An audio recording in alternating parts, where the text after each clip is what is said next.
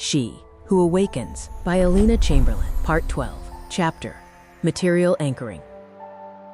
In the realm of high-level seduction, objects are never just objects. They are vessels for memory and emotion. By curating the items a man wears or carries daily, you ensure that your presence is woven into the very fabric of his routine.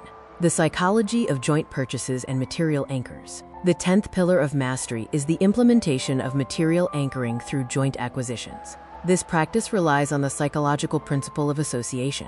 When an object is acquired during a moment of high emotional intensity, that object becomes a permanent trigger for those specific feelings. By guiding a man through the selection of items he uses frequently, such as a wallet, a signature fragrance, a tailored shirt, or even an accessory for his car, you are installing silent ambassadors of your presence in his daily life.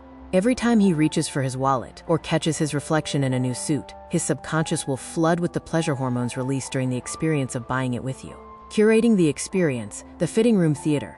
The secret to a successful material anchor lies not in the purchase itself, but in the emotional surcharge of the shopping event. This should be treated as a theatrical performance of seduction. When choosing a new shirt for him, engage in the fitting room theater. Adjust the collar with lingering touches. Whisper a playful compliment about how the fabric accentuates his physique, and perhaps even introduce a spark of mild jealousy by noting how the saleswoman is visibly impressed by his transformation. By saturating the experience with playfulness, teasing, and high-value affirmation, you ensure that the garment is no longer just clothing, it is a physical manifestation of his alpha status and your shared erotic tension. The reciprocity loop, from his joy to yours. A brilliant aspect of this practice is its ability to create a dopamine bridge toward your own desires. Once you have successfully anchored his pleasure to a joint shopping trip, you have created a positive feedback loop for future experiences.